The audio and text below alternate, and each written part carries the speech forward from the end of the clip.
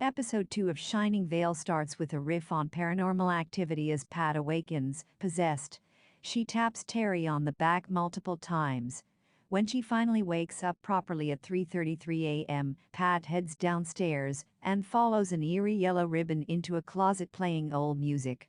This is all a dream though, as she's encouraged to use her words. However, Pat does have a cigarette burn on her arm to show for her troubles. That morning, Gaynor's new friend from school, Ryan, shows up. They're both part of the Chastity Club, with Gaynor even changing her attire completely, with a cross around her neck. However, Ryan's mum, Valerie, appears too. She claims that something is closing in on Pat and that the house isn't right. Pat inevitably jumps all over this, reinforcing her own insecurities.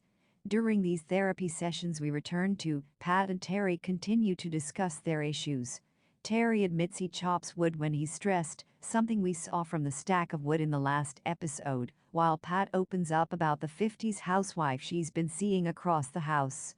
The therapist decides to increase her dosage of antidepressants, while Trish urges Pat to lean into the trauma she's experiencing, given her first chapter, the one she wrote while seemingly possessed, is actually really good.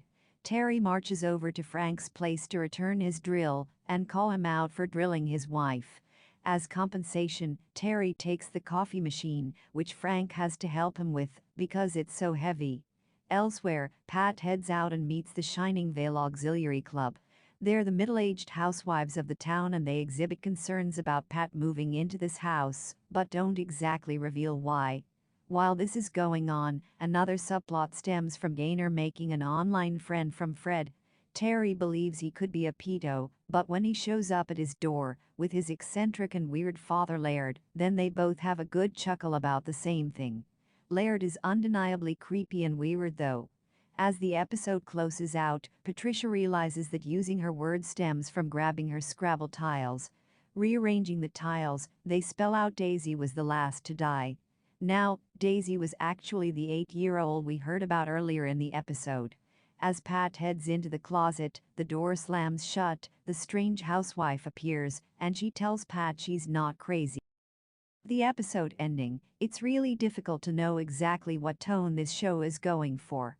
The first chapter played this straight while the follow-up leans into the comedy and satire. It's a bit of a whiplash effect in truth, one that can't quite make up its mind what sort of show this wants to be. There are jokes about paranormal activity as well as haunting of Bly Manor, while at the same time the show tries to present a mystery and horror elements, but plays both of them completely straight. It's still too early to tell whether this show is actually going to continue flirting the tightrope between the two or lean into the comedy more. We'll have to wait and see, but for now, this follow-up is a marginal improvement. Let's hope next week's chapter knocks it out the park.